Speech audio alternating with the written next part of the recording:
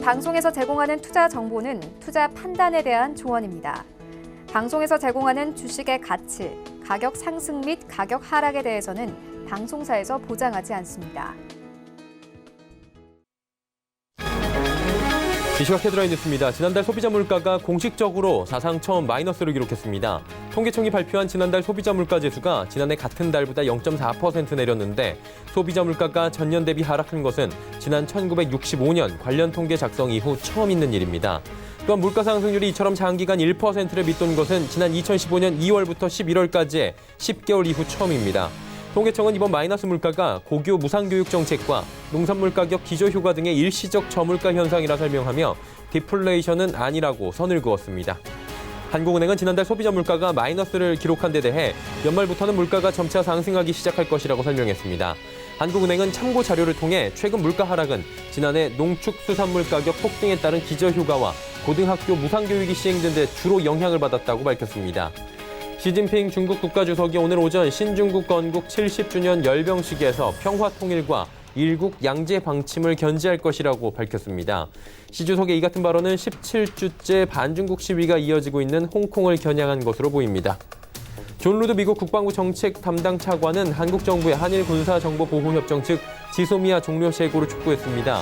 루드 차관은 현지 시각으로 30일 워싱턴에서 미 싱크탱크 전략국제문제연구소 등이 주최한 포럼 기조연설에서 한국의 지소미아에 다시 전념할 것과 협정 갱신을 권장한다고 말했습니다. 그러면서 한일 양국이 양측의 차이를 다루기 위한 의미 있는 대화에 나설 것을 요청한다고 강조했습니다. 시청자 여러분 안녕하십니까. 오늘장 내일장 1부 출발하도록 하겠습니다. 서정덕입니다. 10월의 첫 거래일입니다. 첫 거래일부터 양시장 분위기가 괜찮은 상황이죠. 코스피, 코스닥 모두 상승 흐름 가져가고 있고요. 코스피는 또 장 초반에 살짝 눈치 보기 하다가 우상향하는 모습, 코스닥은 급등 흐름 계속해서 보여주고 있는데 일단 글로벌 증시에서도 괜찮은 소식이 하나 있었죠. 중국 기업에 대한 나스닥 상장에 대해서 재고를 한다. 심할 경우 상장 진짜 철회도 지금 요구할 수 있다라는 얘기가 나왔는데 이 부분은 풍문에 지나지 않는다. 전혀 결정된 바가 없다라고 미국 측에서 밝히면서 이제 이달입니다. 이달 이제 며칠 남지 않았는데 고위급 협상에 대한 기대감을 조금 더 올리면서 우리 시장에도 긍정적 영향을 주고 있고요. 오늘의 수훈 1등 공시는 제약바이오 업종입니다. 급등세가 코스닥에서 나오는데 이게 코스피 쪽까지도 지금 연관을 주고 있는 상황입니다. 그러니까 웻떠독같이 보이기도 합니다. 일단 코스닥에 있는 종목들이 코스피를 흔든다라는 부분인 건데 잘 보면 코스피에 지금 상장되어 있는 셀트리온과 삼성바이오로직스의 급등 흐름이 나오고 있습니다. 그리고 오늘 중국 열병식 관련한 소식 전해드렸는데 그러다 보니 중국 관련 소비주들도 일제히 잘 달리는 모습이 보여집니다. 전기전자 업종 조정을 받는데도 불구하고 코스피 잘 달리고요. 코스닥 보시면 신라젠 상한가 같습니다. 순식간에 상한가 지금 말아 올리는 모습 포착이 됐고요. 전일 HLB 상한가였는데 오늘도 급등 흐름 가져가고요. 헬릭스미스가 드디어 하락을 멈추고 급등 흐름으로 또 전환을 했습니다. 이 종목들 특징을 보면 신라젠 같은 경우에도 좀 팩사백에 대한 긍정적인 이야기가 나왔다라는 부분이 시장에서 바로 상한가 재료로 지금 만들어졌고요. HLB 전일 여러 가지 임상을 재개할 것이다라는 소식이 전해지면서 이 거래를 연속으로 급등 흐름 가져가고요. 헬릭스미스 역시 임상 3상에 대해서 다시금 도전하겠다라는 얘기가 나온 겁니다. 결론적으로 보자면 임상 실패 이후에 재개한다 또 긍정적 소식이다라는 부분이 제약바이오 업종에 대한 투심을 지금 올려주고 있는데 잘 보셔야 합니다. 이 종목들이 그동안에 올라온 부분이 있었고요. 그만큼 또 내려왔습니다. 신라젠은 상장 이후에 최저가까지 지금 내려왔던 부분이기 때문에 시총 쪼그라들 대로 쪼그라져 있었고요. 상한가 가기에 굉장히 좋은 조건이 분명히 있었을 겁니다. 헬릭스미스 역시 그동안에 빠진 부분이 워낙에 많았기 때문에 반발 매수 들어오기 좋은 시점이었고요. HLB 역시 그동안에 워낙에 많이 빠졌고 투심이 개선이 된 부분이 있었습니다. 이 부분들이 물론 우리 시장에 지금 긍정적인 영향을 주고 있지만 어떠한 부분에 지금 결정된 부분이 없이 지금 기대감으로 또 올라가고 있고 긍정적이다라는 표현에 올라가고 있는 부분이기 때문에 추격 매수에 대해서는 한 번쯤은 고려를 해야 된다라고 전문가들은 또 이야기를 하고 있습니다. 여기 중국 관련 소비주들 그리고 내수주들 일부 종목들은 지금 52주 신저가 기록했는데 저점 매수세 당연히 이런 상황에서 들어올 수밖에 없겠죠. 시장 상승 분위기 조심스럽게 이어가고 있는데 자 10월의 첫째 날 시장에 대한 분석들 그리고 이달에 대한 이야기들 이번 주에 대한 이야기들 일부에서 함께 해보시면 좋을 것 같습니다. 자 코스피부터 확인해 보도록 하죠. 코스피 지수가 2070포인트 위까지 올라옵니다. 0.4%대의 상승인데 큰 폭의 상승은 사실 수반이 안 됩니다. 하루간의 흐름 보시면 장 초반에 좀 부진했죠. 2059까지 밀렸다가 2077 급등 흐름 가져갔고요. 이후에 좀 조정이 나온 뒤에 지금 점차 개걸음 장세로 횡보하는 모습 보여주고 있습니다. 2070 위에서 움직이는데 수급 주체 좀 확인해 보도록 하겠습니다. 수급이 그렇게 굉장히 좋은 건 아닙니다. 기관 혼자 사는데 기관은 주로 금융투자 쪽에서 프로그램으로 매수가 들어오고 있고 연기금도 어제 팔더니 오늘 또 사네요. 개인이 시장이 오르니까 또 파는 모습들 보여지고 있고요. 외국인도 팝니다. 시총 상위주들 보셔야 되는 게 삼성전자, SK하이닉스 어제 올라갔습니다. 삼성전자 특히나 뭐 이번 주 금요일에 실적 발표가 있을 예정인데 일본 통신업체 2위 업체에게 뭐 5G 관련 지금 수주가 있었던 상황입니다. 정치적 상황 모두 다 초월하는 삼성전자의 행보들을 계속 저희가 볼 수 있는 건데 그럼에도 불구하고 오늘은 조정이 좀 나옵니다. 49,000원, 5만 원 여기 뚫기가 참 힘겨워 보이고 SK하이닉스 역시 8만 원 초반대에서 계속해서 횡보합니다. 현대차 긍정적 이슈가 있었는데 오늘은 조금의 조정이 나오고요. 네이버가 오늘 16만 원 뚫고 올라가네요. 또 52주 신고가입니다. 다음 살펴보도록 하죠. 자, 보시면 현대모비스 조정 나오는 가운데 셀트리온 놀랍죠. 6.4%. 잠시 뒤에 코스닥 쪽 제약바이오 보시면 더 놀라우실 겁니다. LG화학 52주 신저가 29만 7,500원까지 어제 찍고 오늘도 장 초반에 하락하다가 상승 분위기 가져가는데 상승폭이 그렇게 크진 않고요. 삼성바이오로직스도 제약바이오주들 전반적으로 오르는데 동참합니다. LG생건도 올라가고요. 다음 살펴보도록 하죠. 신한지주, KB금융, 금융주들도 올라가고요. 포스코도 올라가는 가운데 지금 통신주들 살짝 조정 나오고요. 운송장비가 좀 조정이 나옵니다. 결론적으로 전기전자, 운송, 그리고 통신이 지금 조정 나오고 있다라고 보이네요. 다음 살펴보도록 하죠. 코스닥은 1.29% 630까지 지금 올라가고 있는 상황입니다. 하루간의 흐름 보시면 621부터 630까지 올라왔습니다. 수급 주체 확인해 보도록 하죠. 개인이 101억 원, 그리고 기관, 외국인 팔고 있는 상황입니다. 다음 살펴보도록 하죠.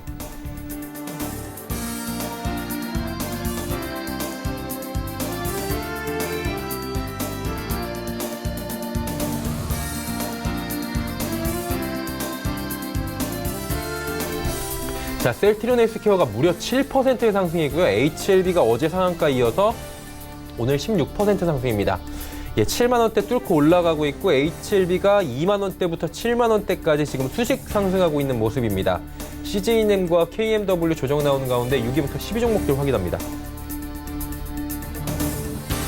메디톡스도 올라가고요. 휴젤도 하락에서 상승 전환합니다. 스튜디오들이 그러니까 한마디로 엔터주들이 오늘 조금 소외받고 있습니다. 다음 살펴보면 SK머티리얼즈 파라다이스도 올라가고 SFA도 올라갑니다. 원익 IPS도 올라가고 잘 보시면 헬릭스미스, 셀트리온 제약 무섭게 올라갑니다.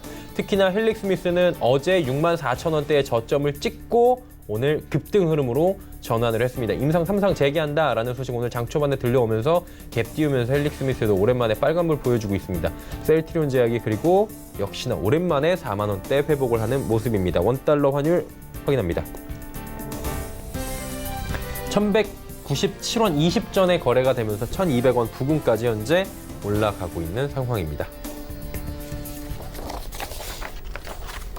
금일 본 방송에서 제공해드리는 정보는 투자 판단에 대한 조언일 뿐입니다. 해당 주식의 가치와 수익률 보장해드리지 않는다는 점 참고해 주시길 바랍니다. 10월 첫째 날 이슈 정리해 보도록 하겠습니다. 오늘은 유한타증권 메가센터 분당점의 백인범 대리 연결돼 있습니다. 안녕하세요. 네, 안녕하십니까? 예, 첫날부터 잘 달리고 있고요. 이슈들 하나하나 좀 정리를 해봐야 될 텐데 일단 오늘장 이슈부터 정리해 주시죠. 네, 오늘장 이슈 앞서도 말씀해 주셨다시피 제약바이오 업종의 반등이 좀 가장 눈에 띄는 모습이지만 일단 전반적으로 미국 정부의 이런 중국 기업 상장 폐지설 해명에 따른 투심이 좀 완화된 측면 등이 전반적인 지수 상승 요인으로 꼽혀지고 있는 모습입니다. 일단 오늘 양시장 마찬가지로 제약바이오 업종의 전반적인 강세로 좀 지수는 좀 상승 흐름을 보이고 있긴 하지만 일단 그 외 업종 같은 경우 체감이 좀 엇갈리는 장세가 여전히 이어지는 모습이다. 보시면 좋을 것 같습니다. 그 외에 좀 봤을 때 일단 오늘 같은 경우에도 조선업종의 이런 상승이 좀 계속적으로 눈에 띈다라고 보시면 좋을 것 같은데 일단 LNG 관련 모멘텀에 계속적으로 주목해 보시면 좋겠다 말씀드리고 싶습니다. 일단 오늘 조선업종 비롯해서 본행제 업체들의 주가 강세 여전히 이어지는 모습인데 아무래도 포인트는 LNG다라고 보시면 좋겠습니다. 잘 아시다시피 우리 조선업체 이 LNG 선에 특화된 경쟁력을 갖고 있는 회사인데 아무래도 IMO 2020 시행을 앞두고 관련 수요 증가 기대감 등이 전반적으로 작용하고 있다 보시면 좋겠습니다. 일단 IMO 2020 제도 시행의 포인트는 이런 LNG 등 그러니까 기존 벙커 CU 등이 아닌 LNG 선에 대한 수요가 증가하는 구조로 변화된다라는 점으로 포인트를 삼아 보시면 좋을 것 같은데 일단 그 LNG 선에 있어서 일단 우리 업체만큼 경쟁력을 갖고 있는 업체도 없다라는 점입니다. LNG 선 같은 경우 폭발이라든가 기타 리스크 등을 감안했을 때 선주 입장에서는 이제 불확실한 중국 조선 업체들보다는 기술력이 가장 좋은 우리 업체들을 가장 우선순위로 둘 수밖에 없는 구조로 생각해 보시면 좋을 것 같고요. 그리고 실제로도 우리 조선소들의 LNG선 인도량이 올해 29척에서 2021년도에는 약 42척으로 늘어나게 됩니다. 그럼에도 불구하고 LNG 관련 공급 상황은 여전히 부족하다라는 점. 그리고 최근 선박연료를 봤을 때 특히 LNG선의 선박연료 판매량이 최근 들어서 증가하고 있다는 점에서도 향후 실제로도 수요가 늘어나고 있다는 점을 좀 크로스 체크해 볼 수가 있을 것 같습니다. 자, 그렇다면 조선업종을 비롯해서 본행제 업체들에 대한 수혜 좀 장연스레 이어질 수 있다라고 생각을 해보셔야 될 것 같고요. 메이저 조선업체, 한국조선해양, 삼성중공업 등에 대한 관심, 그리고 본행제 업체인 동성화인텍, 한국카본 등에 있어서 하반기 계속적인 관심 이어질 여지가 크다라고 생각해 보시면 좋겠습니다. 예, 이슈들 하나하나 정리해 주셨는데요. 이 밖에도 우리가 시장에서 좀 봐야 될 부분이 있을까요? 네, 일단 아무래도 연말 오면서 배당 관련주들에 대한 관심 당연히 두실 겁니다. 일단 대표적인 은행 업종 계속 관심 두시면 좋을 것 같은데요. 일단 은행 업종 주요 배당 수익률이 약 4에서 5%대 이상 전망되고 있다라는 점에서 주요 금융주들에 대한 관심 좀 필요하지 않나 보여지고 있습니다. 그리고 수급상으로도 국민연금의 이런 수급을 기대해 볼 만한 종목군들로 일단 업종 내에서 좀 압축하시는 전략을 세워보시면 좋을 것 같은데요. 우선 국민연금 배당 관련 펀드가 이들 은행주들에 대한 매수 요인으로 작용할 여지가 있다라는 점. 하지만 여기서 유의할 점은 빅3로 꼽혀지고 있는 하나라든가 KB, 신한지주 같은 경우 이 국민연금의 지분율이 10%대에 육박했다라는 점에서 이 국민연금의 추가 매수를 기대하기에는 좀 어려운 점이 있다라고 보시면 좋겠습니다. 일단 참고로 금융지주사법상 국민연금은 시중은행의 의결권 지분을 10%로 초과할 수 없다라는 점, 그리고 그 외 지방은행 같은 경우 약 15%다라는 점을 참고하시면 좋겠는데요. 그렇다면 이들 빅3 외에 은행 금융지주사들에 대한 관심 좀 기울여 보시면 좋겠습니다. 대표적인 게 기업은행, 그리고 JB금융지주, DGB금융지주다라고 보시면 좋을 것 같은데요.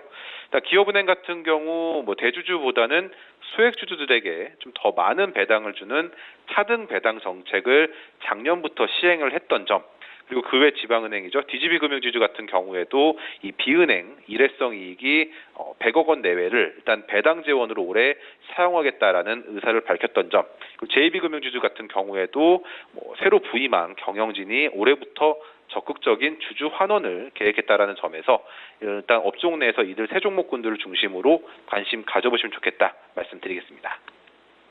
네, 종합적으로 볼 때 전략들 어떻게 꾸려갈지 궁금한데요. 어떤 전략이 지금 시장에서 필요할까요? 네, 일단 저가 매수할 만한 업종이 무엇일까 계속 고민해 보시면 좋을 것 같은데요. 그 대표적인 것 가운데 2차 전지 관련주에 대한 저가 매수 좀 괜찮지 않을까라고 생각을 하고 있습니다.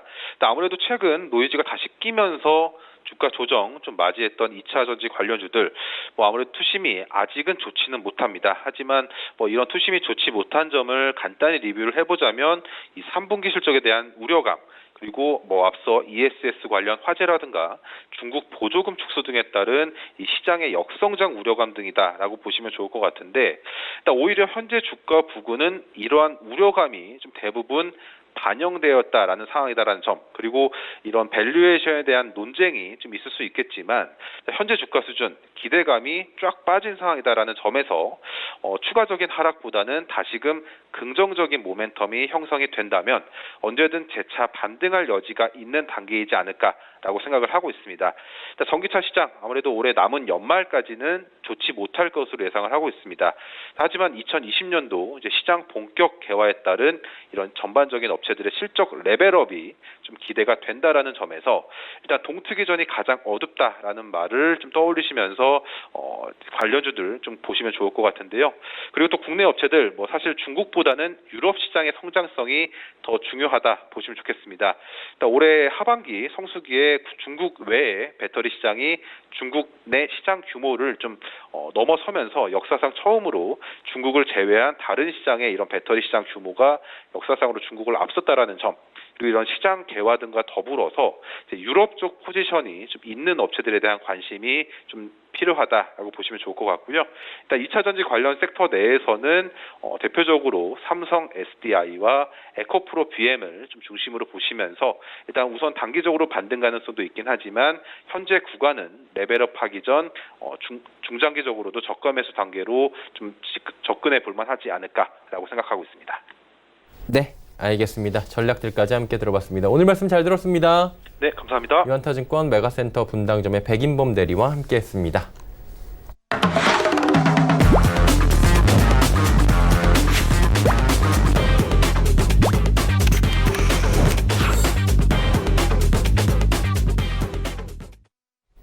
네, 이슈 칼럼 이어가도록 하겠습니다. 오늘은 펠리즈 투자인 리서치 김민수 대표와 특별한 시간을 또 만들어 보도록 하겠습니다. 안녕하십니까, 대표님? 네, 안녕하십니까? 네. 탄핵 스캔들부터 한번 여쭤보도록 하겠습니다. 이게 국내에 있으니까 이 스캔들에 대해서 조금 이제 무뎌질 수도 있고 언론 보도만 좀 의지를 해야 되는 상황인 건데 지금 탄핵 스캔들이 미국에서는 계속되고 있어요. 이슈가 시장에 미치는 여파나 이런 것들은 어떤지 좀 분석이 필요할 것 같은데 어떻습니까, 지금 상황은? 네, 미국에 가서 미국 사람들한테 직접 물어봐야 될 이슈인 것 같은데요. 그런 관점에서 아무래도 미국의 여러 가지 또 이제 수장이라고 하는 대통령의 입장이 약간 바뀌고 있다라는 관점으로 보게 되면 아무래도 어떤 정치부터 외교, 게다가 이제 경제 관련된 여러 가지 상황들도 같이 영향을 받을 수밖에 없겠죠. 그런 관점에서 일단 시장에 미치는 여파 중심으로 해석을 해야 될 것 같은데 일단 뭐 잘 아시는 것처럼 트럼프 대통령이 이제 내년에 대선의 유력 주자, 유력 경쟁자라고 봐야 되겠죠. 민주당의 조 바이든 전 부통령을 견제를 하기 위해서 뭐 좀 쉽게 얘기하면 흠집낼 게 없을까라고 고민했던 것 같고요. 그런 차원에서 이 우크라이나 정부를 이용을 해서 어떤 관련된 아들이나 또 여러 가지 관련된 내용들을 조금 더 집중해서 캐내다 보니까 그에 따라서 또 압력도 행사했다고 얘기를 하다 보니까 그에 따라서 민주당이 장악하고 있는 하원 쪽에서 먼저 움직임이 나오기 시작하고요. 그래서 하원 의장이 이제 트럼프 대통령에 대한 탄핵을 조사하기 시작했다라는 뉴스로 나오기 시작을 하고요. 이런 관점 쪽에서 아마 절차는 이제 진행이 되는 걸로 그렇게 보여지고 있습니다. 그래서 특히 탄핵 소추안과 관련된 부분들은 가결의 가능성이 높다라고 볼 수밖에 없는데 특히 하원의 과반이라고 하게 되면 218명 정도가 필요한데 지금 민주당만 235명 그리고 최근에 나오고 있는 데이터를 비교해 보게 되면 한 220명 정도는 충분히 확보했을 것이다라고 데이터가 나오다 보니까 아무래도 어떤 소추안과 관련된 부분에 대한 여러 가지 통과 가능성은 높다라고 바라보고 있는 상황들이고요. 또 하나 어제 나왔던 뉴스를 보게 되면 어떤 여론조사 결과를 봤을 때 미국인들은 55%에 대해서 트럼프 대통령에 대해서 탄핵을 찬성한다라는 쪽도 나오고 있다라고 하게 되면 아마 가장 여기서 좀 위축이 되는 쪽은 트럼프 대통령이 아닐까로 바라보고 있는데요. 그런 관점으로 봤을 때 그래도 트럼프 대통령은 골프 치고 약간 좀 대범하게 지금 행동하고 있다는 쪽도 기사가 나오고 있는데 일단 가장 중요하게 봐야 될 부분들은 이제 미국 대통령이 임기 도중에 물러나는 방법이 무엇이 있겠느냐라고 봤었을 때 첫 번째로 대통령으로서의 직무 수행이 불가능하다고 판단되는 이 수정헌법에 나와 있죠.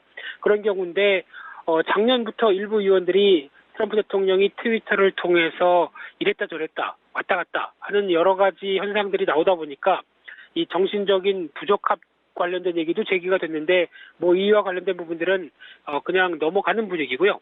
근데 이제 가장 중요한 게 탄핵 절차라고 봐야 될 것 같은데 이 탄핵 소추안을 발의해서 하원에서 어떤 과반 이상의 동의를 받게 되면 이제 상원으로 넘어가게 되는데요. 상원은 어떻게 보면 탄핵 심판입니다. 그러니까 저희 같은 경우는 헌법재판소의 어떤 여러 가지 의결 결과로 진행이 됐었는데 지금 미국 같은 경우는 상원에서 아예 재판의 형식으로 진행이 된다라는 관점 쪽에서 어떤 상원 의원이 배심원 역할을 하고요.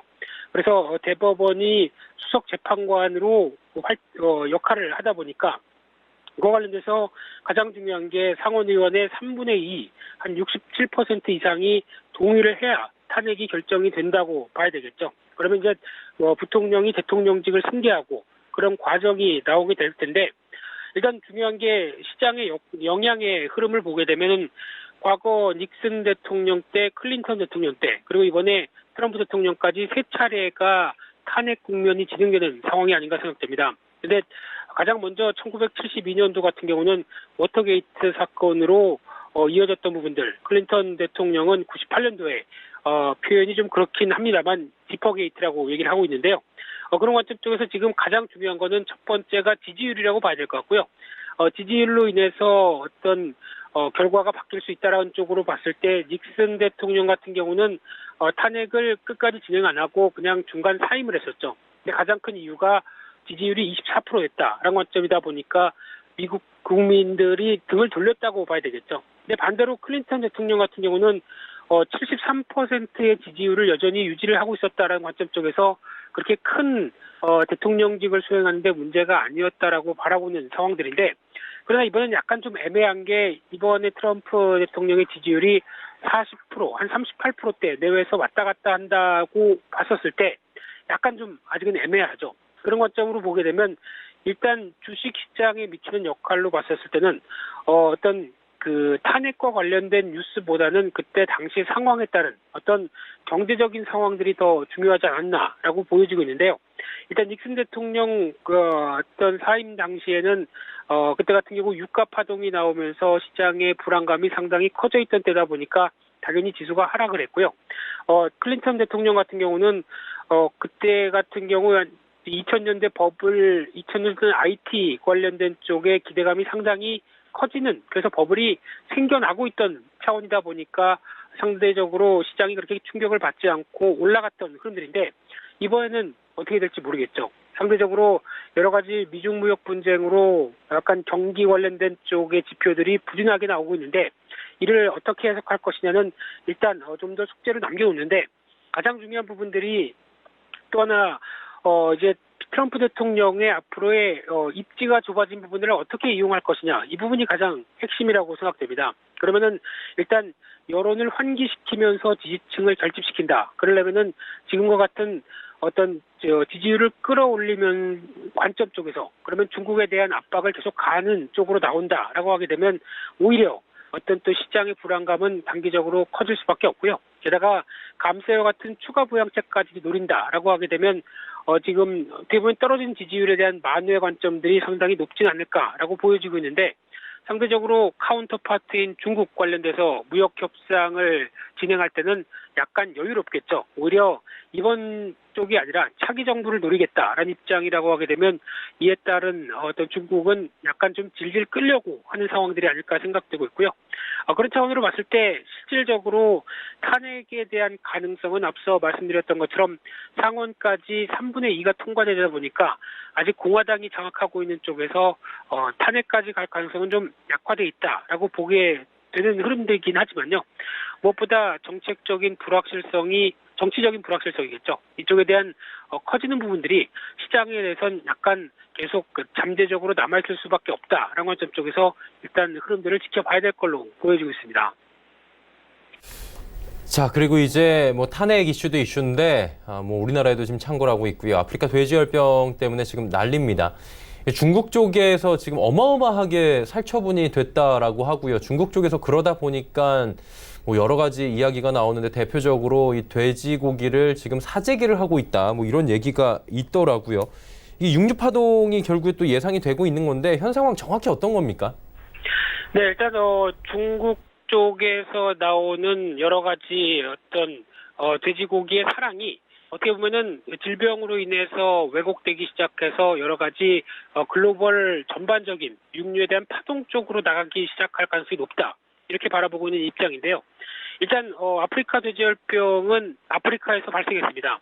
그런 상황인데 아프리카에서 끝나는 게 아니라 유럽 쪽으로 넘어갔죠. 그러다 보니까 동유럽 쪽을 초토화시키고 이 부분이 동유럽에서 이제 중국 쪽으로 넘어오는 과정이 나왔고요. 그런 측면에서 봤을 때 또 북한으로 들어와서 이제 남한으로 이어졌은, 그래서 우리나라 쪽까지 들어오는 과정으로 추정을 하고 있는데, 그런 상황이다 보니까 돼지가 아프죠. 아파서 쓰러지다 보니까 지금 기준으로 보게 되면은 글로벌 돼지고기 생산량이 거의 작년부터 뚝 떨어지는 현상이 나올 수밖에 없는 상황들이고요. 그런 차원에서 세계 최대 돼지고기 생산과 소비를 하고 있는 중국 쪽에선 비상이 걸렸고요. 특히 작년에 중국에 소비한 돼지고기량을 보게 되면 미국과 유럽이 소비했던 양의 합친 거의 2배입니다. 그러다 보니까 돼지고기 참 좋아한다라는 쪽으로밖에 볼 수 없는데, 그런 차원에서 질병이 발병하다 보니까 당연히 살처분을 했는데 1억 5천만 마리를 살처분했고요. 그러다 보니까 사육할 수 있는 돼지나 또 도축할 수 있는 돼지 모두 다 지금 뚝 떨어져서 마이너스 거의 한 40% 이상 떨어지기 시작하는 상황들이 나오고 있고요. 그러다 보니까 당연히 돼지고기 도매 가격은 급등하는 현상. 그래서 올해 9월달 지난달 같은 경우 한 올해 초보다 한 77% 이상 올라온 상황들이 나오고 있는데, 그러다 보니까 중국 정부는 다급해졌습니다. 그래서 국가의 비축량을 풀고, 그리고 돈육도 수입을 작년 대비해서 77% 늘리는 등 여러 가지 어떤 대책을 세우고 있는데, 왜냐하면 건국 70주년을 맞이한 오늘이죠. 중국의 중국 건국 70주년인데 인민들의 불안이 커진다. 그러면은 중국은 다 아시는 것처럼 공산당 일당 체제다 보니까 이에 따른 불안감이 커지게 되면은 당연히 어떤 정권에 대한 여러 가지 압박들도 나올 수밖에 없기 때문에 계속 이를 다독이는 분위기로 나간다라고 봐야 될 것 같고요. 그래서 무역 분쟁이 이어짐에도 불구하고 미국산 돈육에는 관세를 면제하고, 게다가 대두 수입도 늘리는 쪽으로 나오는데, 물론 미국과의 협상 쪽에서 농산물을 늘리겠다라고 하는 카드가 오히려 지금 자국이 더 압박을 가하는 부분들이 높다 보니까 썼다고밖에 볼 수 없는 상황들이고요. 그런 현상으로 봤을 때 시카고 상품 거래소의 돈육 선물도 급등하기 시작을 하면서 특히 대체로 보여지고 있는 육류, 소고기, 닭고기까지 가격이 급등하고 있고요. 그런 쪽으로 보게 되면 글로벌 각국이 일단 육류를 생산하는데 중국에 더 비싸게 팔 수 있겠다. 그러면은 자국에 공급하는 게 아니라 수출을 하겠죠. 그런 관점으로 보게 되면 그러면 그동안에 공급과 수요가 어느 정도 균형을 맞았던 차원에서 수출로 인해서 각국들은 자국 내에 어떤 수요가 많이 딸리기 시작한다라고 하게 되면 가격도 올라갈 수밖에 없겠죠. 그런 어떤 중국발 돼지고기 가격이 이어져서 어떤 닭고기나 소고기 그리고 양고기까지 영향을 끼친다라는 관점들이 상당히 높은데요. 그러다 보니까 물가 상승에 대한 부담이 커질 수밖에 없죠. 특히 중국의 식품 물가 상승률과 물가 상승률 CPI와 관련돼서 보게 되면 지금 기준으로 봤을 때 지금 중국의 변화는 식품 가격들이 오히려 CPI라고 하는 소비자 물가 상승률을 2.5%대까지 끌어올리는 현상들이 나온다라고 하게 되면은 아무래도 경기에 대한 우려감 때문에 경기 부양책을 써야 되는데 물가 상승률이 가파르게 움직인다라고 하게 되면 제약적인 요건이겠죠. 그래서 부담감도 아직 뚜렷하게 나오고 있다는 관점 쪽에서 중국 정부의 노력은 계속될 수밖에 없겠다고 봐야 될 것 같고요.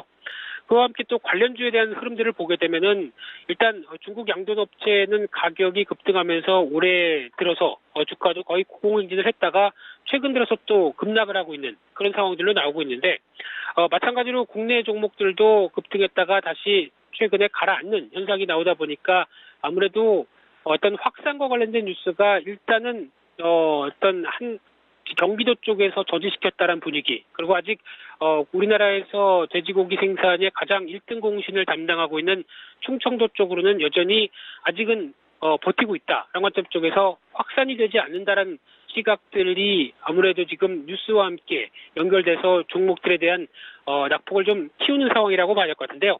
하지만 언제든지 다시 또 확산됐다는 뉴스가 나왔을 때 또 관련주들은 단기적으로 밀린 만큼 또 올라올 수 있다라고 하게 되면 어떤 뉴스에 따라서 변동성이 커지는 측면이라고 했었을 때 아무래도 이와 관련돼서 매매나 아니면 주식시장에 대응해서 접근하기는 조금 부담스럽겠죠. 그런 관점적으로 봤을 때 너무 한쪽에 쏠려지는 매매는 하지 않는 게 좋겠다라는 관점 쪽에서 일단 지금 기준에서 다시 뉴스와 함께 반등할 수는 있어도 너무 그쪽에 몰아가는 거는 그렇게 바람직하지 않다. 이런 관점 쪽으로 바라봐야 될 것 같습니다.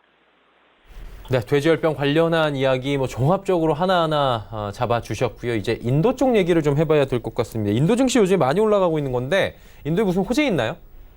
네, 아무래도 지금 상반기 같은 경우 인도 증시가 상승세가 뚜렷해서 한 11% 정도 올랐다가 하반기에는 모디 총리의 총선이 지방선거 쪽에서 패배를 했다라는 쪽에서 개혁에 대한 부진 우려감들이 높아졌고요.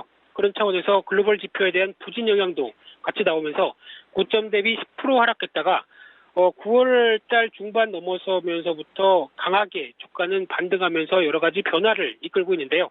그러나 아직까지 인도의 관점을 봤을 때 연간 GDP 연간 성장률도 중국과 비슷하게 미중 간 무역 분쟁의 영향을 받으면서 상대적으로 계속 떨어져 가고 있는 추이고요.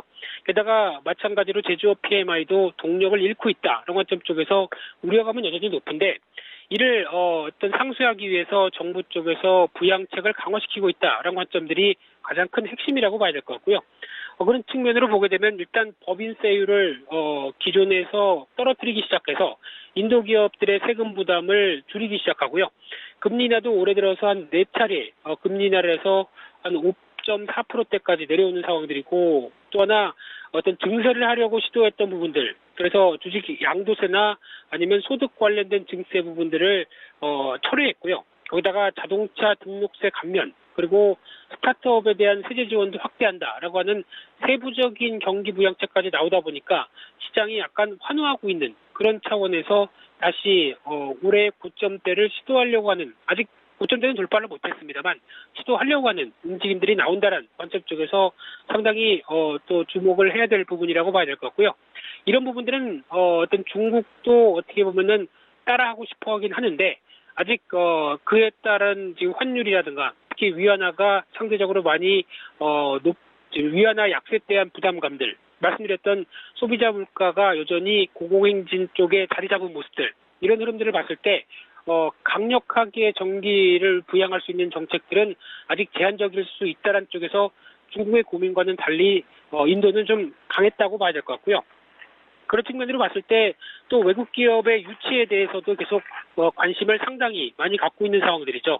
과거 포스코가 어떤 제철소 설립을 하려다가 인도 쪽에서 좌절했던 흐름들에서 반면 교사를 삼아서 조금 더 적극적으로 나오고 있다고 봐야 될 것 같고요. 그러다 보니까 지금 글로벌 투자은행 같은 CS에서는 인도 증시에 대해서 매수 의견을 보이면서 경기 부양책 효과로 인해서 어떤 내수에 대한 단단한 모습들과 겹쳐서 올해 한 10%는 추가로 상승을 할 수 있다라고 분석을 하는 등 기대감은 조금씩 높아지고 있는 상황들인데요. 따라서 앞서 말씀드렸던 것처럼 이 통화 정책뿐만 아니라 재정 정책까지 강화시켜서 경기 부양책을 끌어내는 게 가장 인도의 선례를 봤을 때 좋겠다라고 보여지고 있는데 그런 관점으로 보게 되면 또 정부의 부채와 관련된 부분들이 또 생각을 안 할 수가 없겠죠. 특히 지금 인도 같은 경우는 GDP 대비 정부 부채가 아직까지 그렇게 글로벌 어떤 좀 심각한 재정에 대한 고민을 하는 나라에 대비해서는 아직까지 여유가 있다라고 보여지고는 있는데 상대적으로 그럼 우리나라를 봤었을 때 최근에 나오고 있는 여러 가지 지표들 특히 소비자 물가가 떨어지고 있고 거기다가 지금 재정 관련된 부분들은 GDP 대비해서 정부 부채가 36%대 정도밖에 되지 않는 상대적으로 건실한 재무 구조를 갖고 있다라고 하게 되면 지금 일단 경기의 동력을 살려야 되겠죠. 그런 관점 쪽에서 재정과 통화, 그러니까 즉 금리 인하를 하고 계속 재정 정책을 강화시켜서 경기에 대한 보강을 해야 될 필요가 높다라는 쪽에 무게를 두면서 인도의 동향들이 부럽긴 하지만 부러운 것 이후로도 계속 같이 어떤 경기 부양책을 발맞춰 가야 되는 게 가장 큰 숙제가 아닐까 그렇게 봐야 될 것 같습니다. 네, 인도 증시에 대한 정말 자세한 상황 어디서도 들을 수 없는 이야기까지 오늘 함께 해주셨습니다. 오늘 말씀은 여기까지 듣겠습니다. 고맙습니다. 네, 감사합니다. 켈리지 투자인리서치 김민수 대표와 함께했고요. 함께 정리해 보도록 하겠습니다.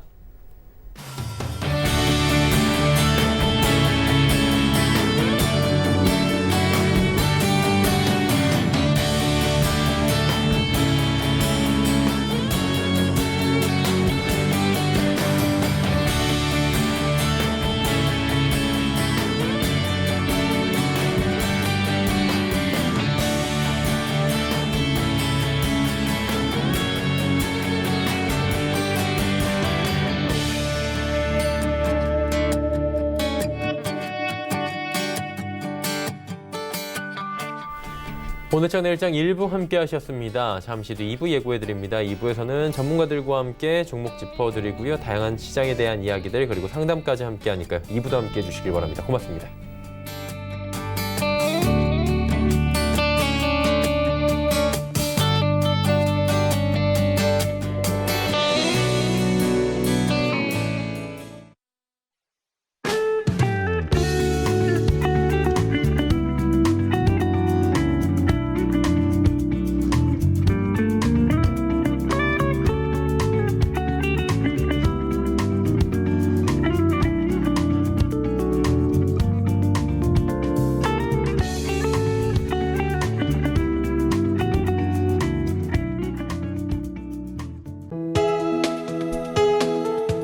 방송에서 제공하는 투자 정보는 투자 판단에 대한 조언입니다. 방송에서 제공하는 주식의 가치, 가격 상승 및 가격 하락에 대해서는 방송사에서 보장하지 않습니다.